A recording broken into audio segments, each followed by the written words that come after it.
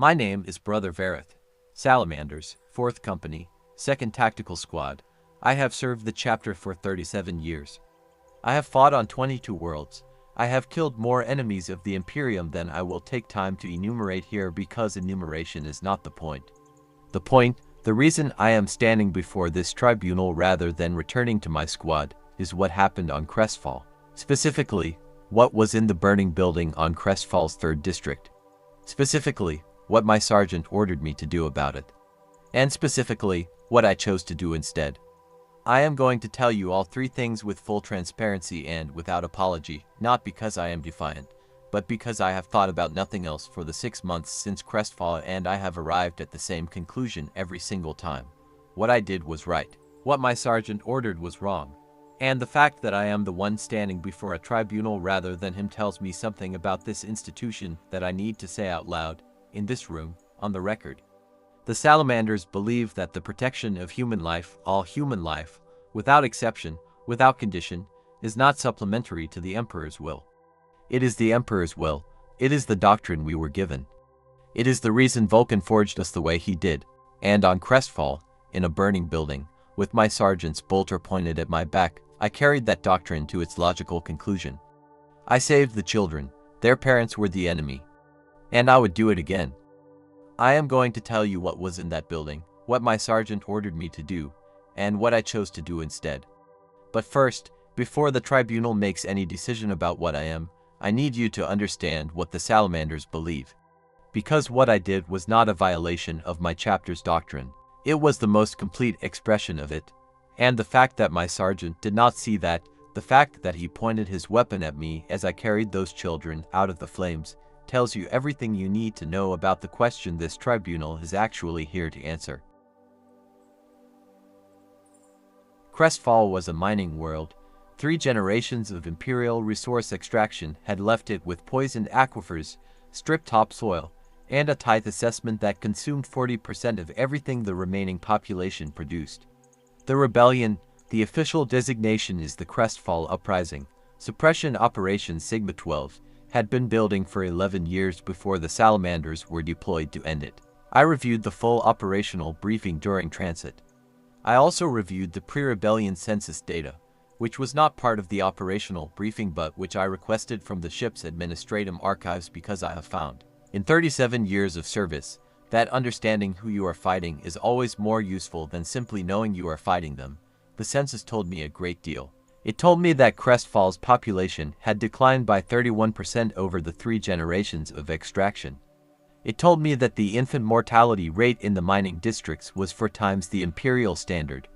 It told me that the rebellion's primary organizational structure was not a military command hierarchy but a network of community survival groups, people protecting each other's families, not ideologues pursuing political goals. When we landed on Crestfall's 3rd District, the first thing I saw was a woman trying to pull 2 children from the ground floor of a hab block that was already burning. The children were approximately 4 and 6 years old. The woman had the specific expression of someone who had used up all their fear and was operating on nothing but the specific animal love of a parent. Around her, men in improvised armor who were shooting at us with autoguns. The men were between 18 and 40 years old. They were not soldiers. They were miners with weapons, standing between the Salamanders and the people they were trying to protect. I saw all of this in the first 30 seconds on the ground. And I thought, this is not what the briefing described. Note, Crestfall was not an evil world. That is what I need you to understand before I describe what happened. It was a world that the Imperium had failed for 3 generations, under-supported, left to manage a resource extraction operation that stripped the soil and poisoned the water and produced nothing for the people who lived on it. The rebellion was not ideology, it was hunger. And the people who picked up weapons against the Imperium did so because the Imperium had given them a choice between starving slowly and dying quickly. I saw that in the first hour on the ground. My sergeant saw an enemy. And that difference between what he saw and what I saw is the reason 2 children are alive today and I am standing in front of this tribunal. The thermal imaging on my helmet display showed 8 signatures in the hab block. 6 of them were adult male, armed, the autoguns registered clearly on the heat mapping. Two of them were small, significantly smaller than the armed signatures, moving in patterns inconsistent with combat positioning, not taking cover behind structural elements, not moving toward firing positions, moving toward the interior, away from the weapons fire, toward the back of the building where the structural integrity was compromised and the fire was taking hold most quickly. Children, almost certainly children. The hab block had been marked as a confirmed enemy position 20 minutes earlier when the 6 armed signatures had been observed firing from the ground floor windows. The operational protocol for a confirmed enemy position with active armed occupants is clear: suppress, secure, or destroy. Sergeant Dorth was a veteran of 44 years. He is a good Marine. He followed the protocol correctly and communicated the operational assessment correctly and issued the order correctly. I do not dispute any of that. What I dispute is whether the protocol was adequate to the situation. I told him about the small signatures. He acknowledged them.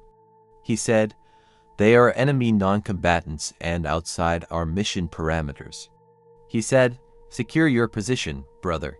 He said, when I did not immediately comply, "That was not a request." I understood his position. I understand it now.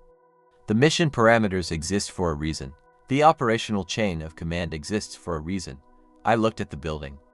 I looked at the 2 small heat signatures moving toward the compromised wall. I said, "Understood, Sergeant," and I moved toward the building. Note: Sergeant Dorth said, "Brother Vareth, that building is a confirmed enemy position. Thermal imaging shows 6 armed individuals inside. Do not approach." I said, "Sergeant, thermal imaging also shows 2 individuals too small to be adults and not carrying weapons." He said, "They are enemy non-combatants and outside our mission parameters. Secure your position." I said, "Sergeant, with respect," and he said, "That was not a request, brother." I looked at the building. I looked at the thermal imaging on my display. I looked at the 2 small heat signatures moving toward the far wall, away from the armed signatures, toward the part of the building that was most structurally compromised. I said, "Understood, Sergeant," and I moved toward the building. The ground floor of the building was fully engaged when I entered through the southern wall. I did not use the door, which was covered by 2 of the armed signatures. I used the wall because salamander armor and salamander physiology are designed specifically for combat in extreme heat environments, and a burning interior wall is not a meaningful obstacle. The 6 armed individuals reacted as soldiers react when a space marine enters through a wall: to raise their weapons, to took cover, to simply froze. I did not engage any of them. I moved directly toward the thermal signatures of the children, which my helmet display was tracking at the building's northeast interior, approximately 14 meters from my entry point through structural debris and smoke. The fire was significant. A standard human would have died within 30 seconds of entering. My body temperature regulation managed it. My respirator managed the smoke. The structural debris was the primary obstacle. The building was actively collapsing, sections of the upper floor dropping with increasing frequency. I moved fast. I found them in 12 seconds. They were in a corner. The girl had used a piece of fallen shelving to create a partial barrier against the smoke, which is the most sophisticated survival instinct I have seen from a 6-year-old and which I have thought about many times since. She had been protecting her brother. She had been doing, at 6 years old, exactly what the salamanders exist to do. I identified myself, unnecessarily, since I was the largest object in the room, and I moved toward them. She took my hand, and I picked her up, and I picked up her brother, and I turned back toward the exit. And one of the armed men, one of the enemy, one of the people I had been ordered to treat as a confirmed hostile, held up a burning structural beam so I could pass beneath it. Note: the eldest child, the girl, approximately 6 years old, looked at me when I came through the smoke and the fire. I am 2.4 meters tall in full armor. I am, by any reasonable visual assessment, the most terrifying thing she had ever seen in her short life. She looked at me for approximately 2 seconds. Then she reached up and took my hand, not because she trusted me, because I was there and the fire was everywhere and I was the only thing moving toward her instead of away. That was enough, for both of us. I picked her up. I picked up her brother. I walked back through the fire. And behind me, Because this is the part the tribunal needs to hear. One of the 6 armed men I had been ordered not to approach held up a burning structural beam so I could pass beneath it. He said nothing. He did not lower his weapon. He held the beam, and then I was through. I emerged from the southern wall of the building the same way I had entered it, through the wall, because the door had become structurally compromised during my time inside. I had a child on each shoulder. Their combined weight was negligible by my physical standards. I was aware of the battle continuing around me, autoguns from the surviving rebel positions to the north, my squad mates returning fire to the east, Sergeant Dorth approximately 8 meters to my west. I was aware, before I saw it, that Dorth had his bolter raised. The discipline it takes to exit a burning building carrying to children and not look at the weapon pointed at you. I had not known I possessed that discipline until that moment. I looked at the children first. They were breathing. The girl still had her hand around the neck of my armor, fingers locked in the joint between pauldron and gorget. Her brother had his face pressed against my chest plate, both alive, both uninjured. I set them down behind the cover of the collapsed exterior wall and I turned to face Sergeant Dorth. His bolter was still raised. I want to be very precise about this moment for the record. I was not afraid. I was not angry. What I felt was the specific sorrow of recognizing that someone you respect is in the process of doing something they will carry for the rest of their service. I said, "Sergeant, they are safe," he said. "Brother Vareth, you disobeyed a direct combat order." I said, "Yes, Sergeant." The battle continued around us. The children were very still. He held the weapon for 7 seconds, then he lowered it, not because he agreed with me. Because somewhere underneath 44 years of correct procedure, he was still a salamander. Note: Sergeant Dorth said, "Brother Vareth, you disobeyed a direct combat order." I said, "Yes, Sergeant," he said. "Those are enemy non-combatants. They are not our responsibility." I said, "Sergeant, with respect, we are salamanders. Everything that breathes is our responsibility." He held the weapon steady. The battle continued around us. The children were very still against my chest. They had gone quiet the way children go quiet when they understand that the adults around them are doing something that determines whether they live or die. The sergeant held the weapon for 7 seconds. I know the exact duration because I counted. At the end of the 7th second he lowered it. He did not lower it because he agreed with me. He lowered it because he is a salamander, and somewhere underneath the protocol and the order and the 44 years of correct procedure, Vulcan's doctrine was still in him. He lowered it and he turned back to the battle. And we did not speak again on Crestfall. The battle for Crestfall's 3rd district concluded at 1400 hours, approximately 90 minutes after we landed. The rebel positions collapsed once their central command node was destroyed. As with most civilian uprisings, the organizational structure was not designed to sustain prolonged contact with Space Marine forces. The surviving combatants were processed for inquisitorial assessment. The civilian population, those who had not been caught in the crossfire, were gathered in the central square for aid distribution and triage. I was assigned to perimeter security, which I believed was Sergeant Dorth's way of removing me from the primary operational area without formally censuring me while we were still in the field. I did not object. I carried out the perimeter assignment. The children, whose names I had not yet learned, whose language I had not yet fully translated, had been placed with the civilian triage group. The girl had not let go of my armor for the first 20 minutes after the building. Eventually she had, when a salamander medicae came to assess her. I was on the perimeter when it happened. I saw it on my helmet display, a notification from the prisoner processing team that one of the male adult detainees had identified himself as the father of 2 children in the triage group. The subsequent visual feed, which I watched in real time, is what I am about to describe. The father was brought to the civilian area under escort. The children saw him. I have been in 37 years of war. I have seen things that would unmake a baseline human mind. I had not, before that moment, understood what it looks like when something lost comes back. They ran to him, and the girl stopped. Halfway between her father and me, she stopped and looked back. And she said, "Thank you for coming back for us." Note: the father knelt down and they ran to him. The girl, The one who had taken my hand in the fire ran to him and then stopped. She stopped halfway between her father and me. She looked back at me. A 6-year-old girl who had been through a fire and a battle and the most terrifying day of her life looked back at the space marine who had carried her out of the flames, and she said something in the local dialect that my translator took a moment to process. When it did, this is what it gave me, she said. Thank you for coming back for us. I did not correct her. I do not know why I did not correct her. Perhaps because she was not wrong in the way that mattered. I had not been there before, but I had come. And I have thought about those words, thank you for coming back for us, every day since. Because I think they are the most accurate description of what the salamanders are supposed to be that I have ever heard. We are the ones who come back. We are the ones who come.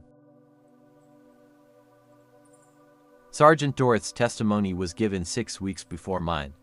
I was not present for it. Operational security protocols separate witness testimonies and inquisitorial proceedings of this classification. I received a transcript summary through my assigned chapter advocate. I have read it many times. I will tell you what it said. He testified that I had violated a direct combat order. Correct. He testified that the violation could not be sanctioned regardless of outcome. Correct. He testified that the children's survival was incidental to the violation's character. Correct. He was precise and thorough, and his testimony was everything I expected from a Marine of his experience and his doctrine. He believes what he believes and he testified to it honestly. I respect that. I do not agree with it. What I did not expect, what I have returned to every day since receiving the transcript summary, was the final section of his testimony. The final section, which my chapter advocate had marked with a notation that read, Notable Addendum. Sergeant Dorth testified that he was requesting a formal review of the operational protocols for civilian noncombatant assessment in active urban combat zones. He testified that the existing protocols did not provide adequate situational guidance for the specific thermal imaging scenario that had occurred on Crestfall. He testified that the failure, his word, his characterization, the failure was structural rather than individual. He was not exonerating me. He was doing something more complicated. He was doing what a salamander does when he finds something that does not serve the mission of protecting human life. He was trying to fix it. I had spent 6 months believing that what happened on Crestfall had cost me a brother. Dorth's addendum told me something different. It told me that I had complicated one. Note: Sergeant Dorth testified that I had violated a direct combat order and that such violations, regardless of outcome, could not be sanctioned within the operational framework of Space Marine combat doctrine. He testified that the children's survival, while not unwelcome, was incidental to the violation and not a mitigating factor. He was precise and he was correct, and his testimony was everything I expected from a Marine of his character. And then he said one more thing. He said, I have served beside Brother Vareth for 11 years. In that time I have never once questioned his judgment in matters of civilian protection. I did not question his judgment on Crestfall because I believed he was wrong. I questioned it because the protocol did not allow for what he could see that I could not. I am requesting that this tribunal review the operational protocols for civilian noncombatant assessment in active combat zones. If Brother Vareth saw what I could not, and he did, the failure was the protocols, not his. I sat in this chamber and I heard Sergeant Dorth defend me by prosecuting the system that had put us both in that position. And I understood, for the first time in 6 months, that I had not lost a brother. I had complicated one. I want to speak about Vulcan, not about his legend. The tribunal knows the legend. I want to speak about his doctrine, specifically as it applies to what happened on Crestfall, because I think the doctrine has been misread in ways that the Crestfall situation makes visible. Vulcan's teaching is this: that the measure of a warrior is not the enemies he destroys but the innocence he preserves, not protects as a secondary function, preserves as the primary one. He did not instruct us to kill efficiently and protect when possible. He instructed us to protect essentially and kill when necessary. The order of those priorities is not semantic. It is structural. It changes every calculation. Under Vulcan's doctrine, the question in the burning building on Crestfall was not, do the mission parameters cover noncombatant extraction? The question was, is there a living thing inside this building that will die if I do not act? The answer was yes, 2 of them. Everything else, the mission parameters, the sergeant's order, the operational protocol, was secondary to that answer, not because I decided it was secondary. Because Vulcan decided it was secondary 10,000 years ago when he decided what kind of chapter he was going to build. I did not disobey my chapter on Crestfall. I obeyed it more completely than I had ever obeyed it before. Vulcan did not make us weapons, he made us guardians. A weapon is aimed. A guardian chooses, and I chose, and if that choice cannot be sanctioned within the operational framework of current Space Marine combat doctrine, then the doctrine requires amendment. I say that with complete respect for this tribunal and complete certainty about my position. This you should note. Vulcan did not make us weapons, he made us guardians. The distinction matters more than any operational protocol ever written. A weapon is aimed, a guardian chooses, a weapon executes. A guardian decides, and on Crestfall, in a burning building, against orders, with the battle still raging and my sergeant's bolter aimed at my back, I chose. I decided. I was what Vulcan made me to be. The tribunal will determine what happens to me now. But here is what I know, and what I will know for the remaining centuries of my service, whatever form that service takes. I was not wrong. I was not in violation of my chapter spirit. I was, perhaps for the first time in 37 years, in perfect alignment with it. And if that is the most court-martial-able thing a salamander can do, then we have a much larger problem than to children in a burning building. I did not learn their names on Crestfall. There was no operational space for it. The children were processed by the civilian triage team and I was on perimeter, and the operational tempo did not allow for personal engagement with non-combatants. I learned their names from the Inquisitorial case file that was assembled for this tribunal, which contains full documentation of all individuals involved in the Crestfall engagement, including the 2 non-combatants I extracted from the burning building.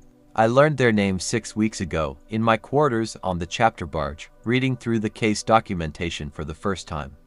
I have thought about them every day since Crestfall, 6 months, as I told the tribunal at the beginning of this testimony. I thought about them without names. A girl approximately 6 years old, who had used shelving debris to protect her brother from smoke, who had reached out and taken my hand, who had stopped halfway between her father and me and said something I did not know was the most important thing anyone had ever said to me. A boy approximately 4 years old, who had his face against my chest plate the entire time we were in the fire, who had not made a sound, who had trusted the armor he was pressed against completely and without reservation, with the specific absolute trust of a very small child who has decided that the thing holding them will not let them fall. I thought about them for 6 months, without names. When I learned their names, I sat with them for a long time before I did anything else. Their names are Syrah and Dav. She is 6. He is 4. They are alive. They are with their father. I am putting their names in this record because they belong in this record. Because what happened on Crestfall has 2 victims and 2 heroes, and the victims and the heroes are the same to people, and their names are Syrah and Dav. Note: the tribunal's official record of this proceeding will contain my name, my rank, my chapter designation, the operational details of the Crestfall engagement, the specific violation I am charged with, and the arguments I have made in my defense. What it will not contain, unless I put it there, which is what I am doing right now, is their names. Their names are Syrah and Dav. She is 6. He is 4. They are alive. They are with their father. I do not know what their lives will look like now, what Crestfall will look like now, what the Imperium will choose to do with a world whose people chose rebellion because the alternative was extinction. But I know that Syrah and Dav are in those lives. And I know that when Syrah is grown, when she is older than the fire that she survived and the battle that almost killed her and the space marine who carried her out, I know that somewhere in the back of her memory there will be a hand. A very large hand, obsidian black, reaching through smoke. And I think that is the smallest possible version of what we are supposed to be. And I would burn every protocol in the Codex that starts to be it again. The tribunal will give its verdict in due course. I have been informed of the possible outcomes: formal censure, operational reassignment, review of my combat classification, in the most extreme case removal from active service pending psychological assessment. I have considered all of these outcomes with the seriousness they deserve. I want the tribunal to know that I have also considered, with equal seriousness, The outcome in which the verdict is not against me but against the protocol, the outcome that Sergeant Dorth asked for in his addendum. The review and revision of the operational framework that put to Space Marines in opposition over the lives of 2 children in a burning building. That is the outcome I am here for, not exoneration, change. The Salamanders have a saying. I know the tribunal has heard it. It is in every briefing document about our chapter, noted as a cultural characteristic, filed under the heading of operational temperament. The saying is this: we are the defenders of the common man. Not the defender, the defenders, plural, continuous, ongoing. Not a title, a description, a job. We are the defenders of the common man, and the common man includes everyone who is common, not everyone who is on our side. Not everyone who is innocent by imperial assessment, not everyone who has never held a weapon against us. Everyone, every person in every burning building on every world we have ever been sent to. That is what Vulcan taught. That is what I was doing on Crestfall. And Sira and Dav are alive because it is also what I am. The Salamanders walked through fire. They have always walked through fire. I walked through fire on Crestfall. What I carried out of it was not a violation of my oath. It was the proof of it. Whatever this tribunal decides, I am at peace. I am a Salamander. I have always been a Salamander. And I am still here, still standing, still ready to walk back into the fire the moment the tribunal opens those doors. Some things do not need faith to sustain them. Some things simply are. This is one of them. I am one of them. The fire does not end us. It is what we are made of.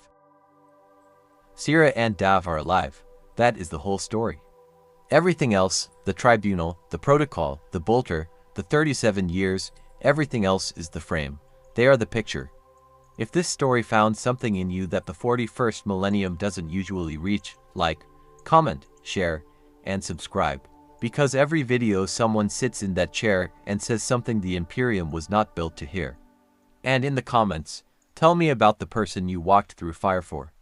Not literally, the person, the thing, the moment where you moved toward the burning building instead of away from it. Because I think you have one. And I think it's what you actually are. Just like Vareth.